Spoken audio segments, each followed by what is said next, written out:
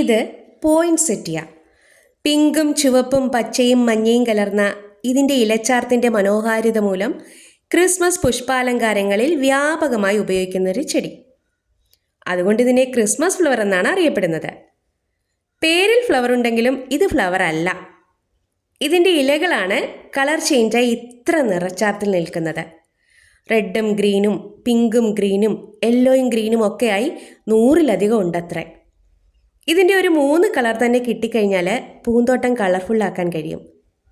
ഇതിൻ്റെ ഏറ്റവും വലിയ പ്രത്യേകത ഡാർക്ക് ട്രീറ്റ്മെൻറ്റ് വേണ്ടുന്ന ചെടിയാണിത്. അതായത് ഇതിൻ്റെ ഇലകൾക്ക് കളർ ചേഞ്ച് ഉണ്ടാകുന്നതിന് ഇരുട്ട് ആവശ്യമാണ്.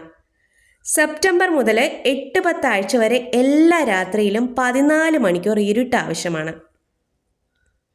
അതുകൊണ്ട് വൈകുന്നേരങ്ങളിൽ ഈ ചെടിയെ വീടിനകത്ത് സൂക്ഷിക്കുക. രാവിലെ പുറത്ത് നല്ല തെളിച്ചമുള്ള പ്രകാശം കിട്ടുന്നിടത്ത് ഷെയ്ഡിൽ മാത്രം വയ്ക്കുക. ഇങ്ങനെ ചെയ്തെങ്കിൽ മാത്രമേ ഇതിൻ്റെ ഇലകൾക്ക് കളർ ചേഞ്ച് ഉണ്ടാവുകയുള്ളൂ. ഈ ഇരുട്ട് ചികിത്സ കൊടുക്കാത്തത് കൊണ്ടാണ് പലരുടെയും പോയിൻസെറ്റിയ പച്ച നിറത്തിൽ മാത്രം നിൽക്കുന്നത്.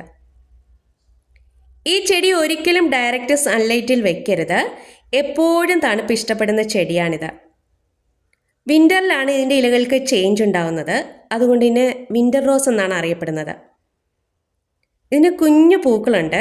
പൂക്കൾക്ക് അത്ര ഭംഗിയൊന്നുമില്ല.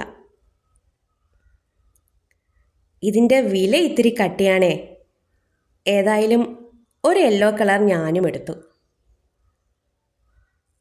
വീഡിയോ ഇഷ്ടമായാൽ ഒരു ലൈക്ക്.